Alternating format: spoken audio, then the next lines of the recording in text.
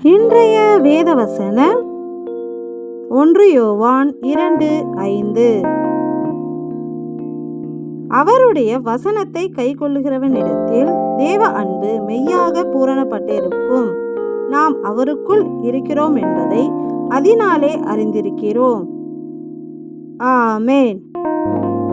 நமக்குள் தேவ அன்பு பூரணப்பட நாம் தேவனுடைய வசனத்தை கைக்கொள்ள வேண்டும்.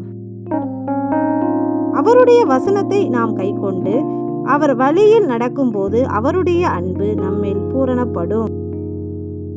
அப்பொழுது நாம் அவருக்குள்ளும் அவர் நமக்குள்ளும் வாசமாயிருப்பார்.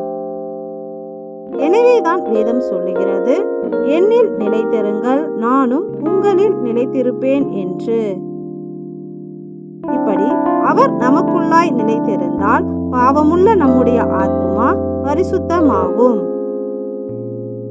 எனவே பாவம் நிறைந்த நம்முடைய ஆத்துமா பரிசுத்தமாக நாம் அவருடைய வசனத்தை கைக்கொண்டு அவருக்குள் நிலைத்திருப்போம்.